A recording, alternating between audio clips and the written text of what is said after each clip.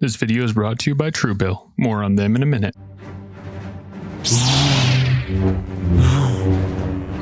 Oh, hey, totally not what it looks like. I have 2 days to build a bench.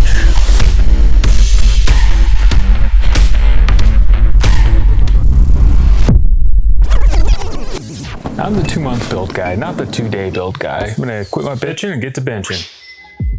This is the perfect width, but my joiner's a little narrow, so I'm gonna have to rip this down the middle. Some trade-offs there. We'll get some more thickness out of this. We do lose 1/8 of an inch overall though. There's 2 places we can start, and we're starting with the seat. Now this is only the 2nd chair I've ever built, and given the time constraint and the price of walnut, I'm sort of carefully winging the milling process, at least until I get a chance to drop this into CAD. So we lost 1/8 in ripping, and then joining 10.5. We're gonna be 10 1/4. We wanna be 12, so that's math. That looks wide as fuck. Where's the scoop of my butt? But adults don't sit at a bench. They sit at a chair like a real human being. Who do I know that has a child that I can borrow to measure their butt? How do I pitch that? It's gonna come out weird. I'm 30 now. So when I was half that age, did I have half the butt? Say your butt's fully formed at 18. At 9, you have half the butt. Okay, 17.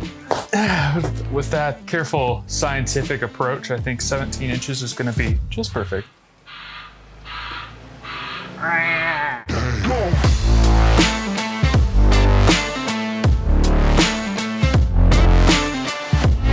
So according to YouTube, 85% of you are not subscribed. So I'm trying to figure out ways to tell the algorithm that I'm doing a good job. And even if you aren't subscribed, why don't you drop me a comment down below? I'm really genuinely curious where you're all from and if you do woodworking or if you're just voyeurs and enjoy watching it. That, I mean, feels like I'm sitting on a board. Probably because I'm sitting on a board. I think this is gonna be good. We'll just roll with it. Next is going to be, I'm gonna rip out a board to go let's get our on holes this glued. part. Need to. And then we'll Maybe make we the just joint. glue this up as a hole, and then I can rip that shit off afterwards. Yeah, let's do that. I'm just gonna glue up the whole panel, and then we'll rip out the panel. Okay.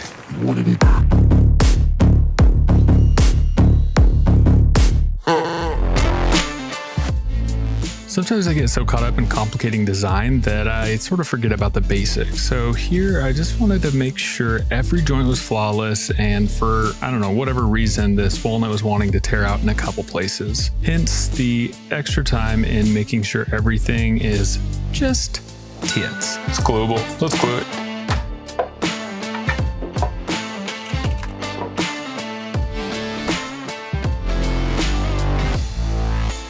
If you followed along with any of my other builds, winging it on design and execution isn't really my thing. All right, we're just gonna let this dry, and I'll see you, well, I mean, probably kind of like right now. See? I'm gonna leave 1 clamp. All right, why the tight schedule? Well, meet my buddy Nelson. He reached out about a year ago, calling like a salesperson, like, yo, you need some help with video? What he actually meant was, yo, you need help with video. He's a professional video producer and wanted to learn woodworking, so we've been trading skills on the weekends ever since. Anyway, that's Nelson. Now, this is his buddy Chris. Chris and his wife just moved into a new house and they need a table, so got Nelson to pop his cherry on this modern white oak dining table and hand carved that dog sculpture in the bottom of the picture. Amazing. Just kidding on the dog part. Well, now they need a bench for that table, and since I run in a constant state of my personal mantra, this is taking longer than expected. I actually needed a quick project to drop. This seemed like a fun one to do. See, the thing is, I leave town in 2 days, I have a sponsor deadline, and I need to heal from my lightsaber incident. So 48 hours to make a bench. No big deal. I have no sense of time. Nobody can complain if it's free. I also have very little sense of money. So while we get started on the base, let's take a minute to talk about today's sponsor, Truebill. Truebill is an all-in-one personal finance platform that helps you save more and spend less. The personal finance manager allows you to manage subscriptions, lower bills, monitor your credit score, and build your savings all in one place. That's what we call too much glue. The service that really drove with me was their tracking and canceling of random subscription I've long forgotten but still pay for. Yeah, I found if you let it dry overnight, it'll let big chunks of your mat come up with the glue. That was way too much glue. Don't waste glue. Oh, they also negotiate them on my behalf to lower my internet bill. How cool is that? I wonder if they'd negotiate to run that $3,000 fiber optic line to my house so I can upload these YouTube videos. Anyway, another question for another day. Bill negotiation was super easy. All you have to do is upload a photo of your bill and they take it from there. To meaningfully improve your financial health and support the channel, try Truebill out for free. Head to truebill.com/SawyerDesign or click the link in the description below. Thanks for supporting this video, Truebill. Now back to the bench.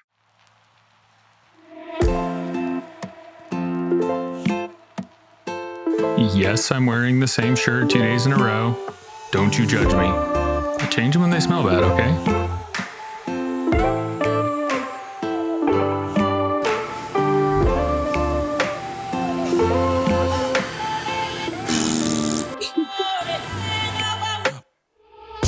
All right, so we still need to taper these legs, but before I do that, I'm going to do that while this dries. And instead of just gluing this seat together, I'm going to drop some dominoes in just to reinforce that miter a little bit. Even though it's mostly edge grain, it should be plenty strong enough.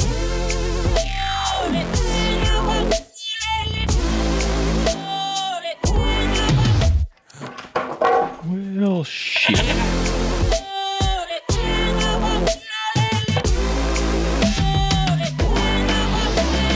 I think the correct length for this seat is a little bit longer than what's correct proportionally. So I'm going to go for what looks best for the piece, not what's necessarily best for the spot. We're only talking like a 6-inch difference here. I think visually that's just going to lock in this design. While that dries, we'll go ahead and taper these. Then we'll get them dry fit, get the baselines cut, move on to the stretchers, and we're done. Let's do it.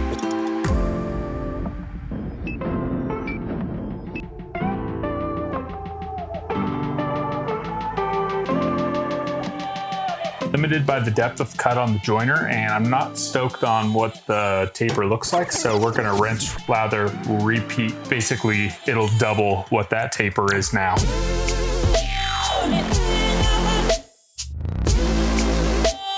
These little end caps that I cut off of the end of the bench will actually sit up, nest in, and just add a little bit of extra thickness support. I could go the other way with the boards, but then you get a lot of movement issues, and I just don't want to mess with that. I don't want them to be V'd down, and they're a little high profile right now, so we're just going to take and level that out. That'll make a lot more sense in about 2 seconds.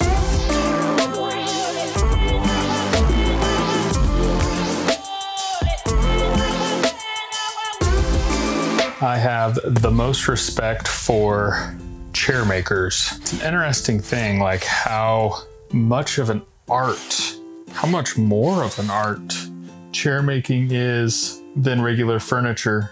It's very much about like how does this joinery feel, and freehanding and trusting one's ability and eye, by hand and by eye. I even wrote a book on it. This freehand stuff stresses me the hell out. My eye and my hand, like I should trust it more because I'm always surprised with how it turns out. Like that's exactly how I saw it go. 3, 2, 1.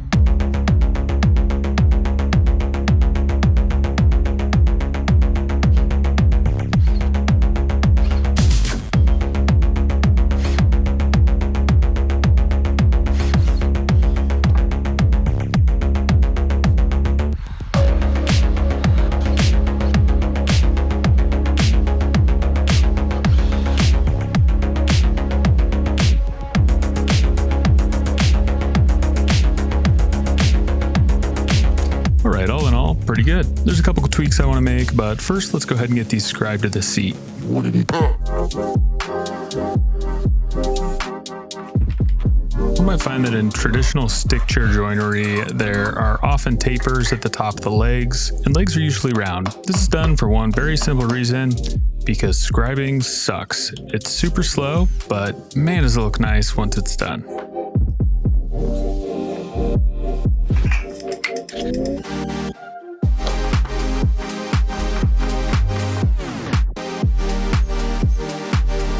With the scribing done, we can go ahead and mark out where the floor is going to sit and take that off of the end of these over-length legs. Something about big old blocky square legs just doesn't sit right with me, so I want to add just a little detail here.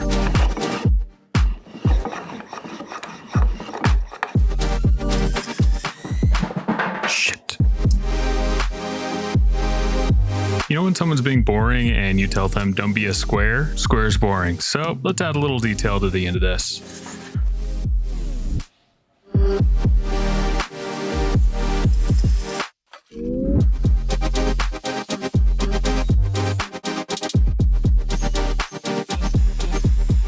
All right, well, by this point, you're either having fun or you've had a seizure and you're no longer with us. Rest in peace. You might have thought these tenons were a little bit loose going up into the seat, but don't worry, we're gonna wed those. Can't tell you how easy the PantoRouter makes all of this funky joinery, especially if you break my golden rule and add the funk before you do the joining. I really debated on doing stretchers on this piece. I think it looks cool when chairs don't have stretchers, but I think in the long run, it's a good idea to have stretchers and it's just gonna last a lot longer.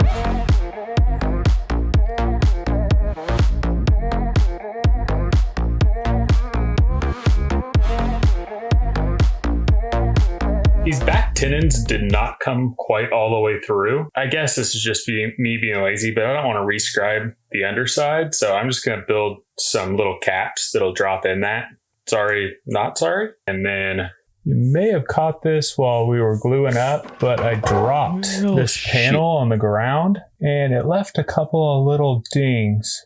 This one I'm thinking will iron out with a little bit of steam, and these little 2 divots, I think I'm gonna have to fill those with some walnut sawdust. Since it's at that 5-degree angle, I don't know that I want to try to inlay anything just because that would get a little bit tricky. So the spindles, I thought my little round nose bit hack was going to fix this, and I do like what that added with a little bit of swoop-de-doo, but I kind of want to break these edges. I could have scribed these all together.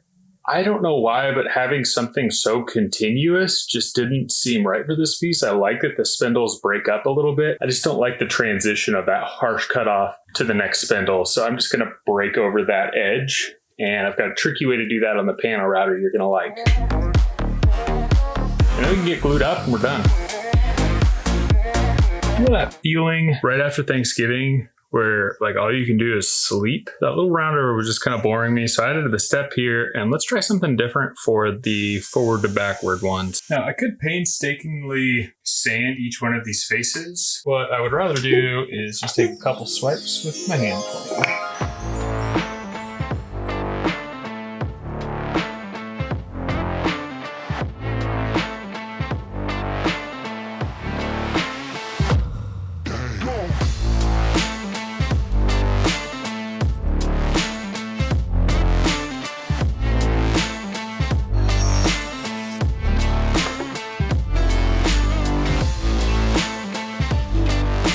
The back leg, it's hard to explain, but it needs some like more slope, some more hoop in the do. So I'm gonna just increase that taper just a touch.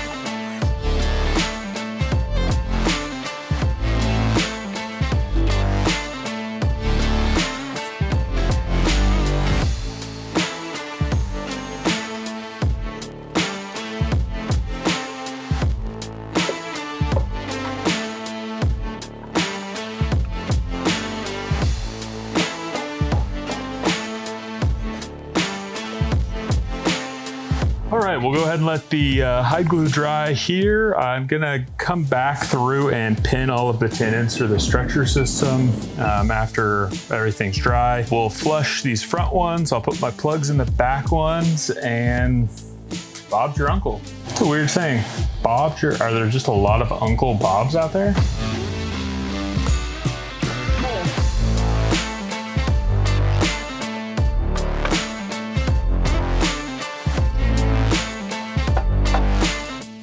I've let this dry overnight. I'm gonna drop some pins in here just to be extra sure about the joint on these tenons of the stretchers going through. Drop a couple of pins in there. We'll flip it over. Got one little repair, and we can rub some finish on this thing. No. Why do I keep doing this? What's wrong with me? One more repair to the list.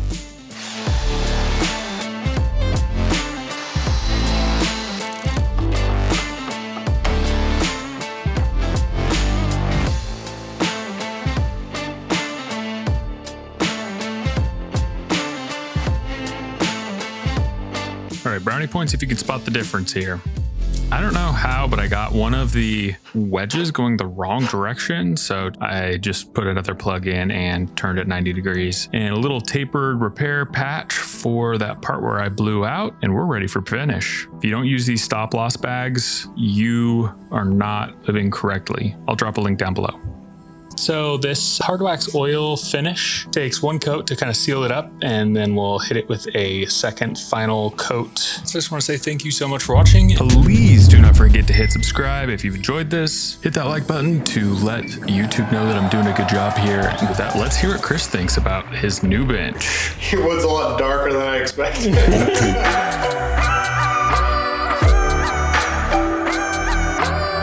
What do you think of the new bench? Pretty into it, man. It's pretty benching. Nice.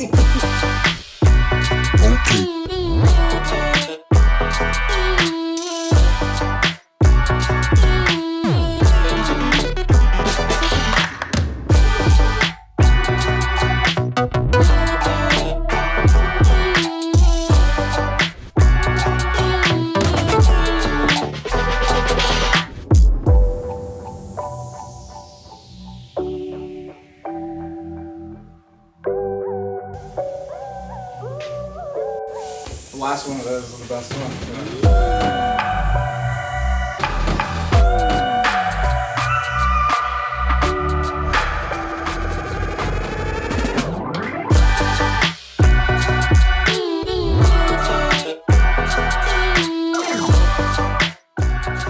It's like very subtle, but you can definitely notice the difference. That butt scoop?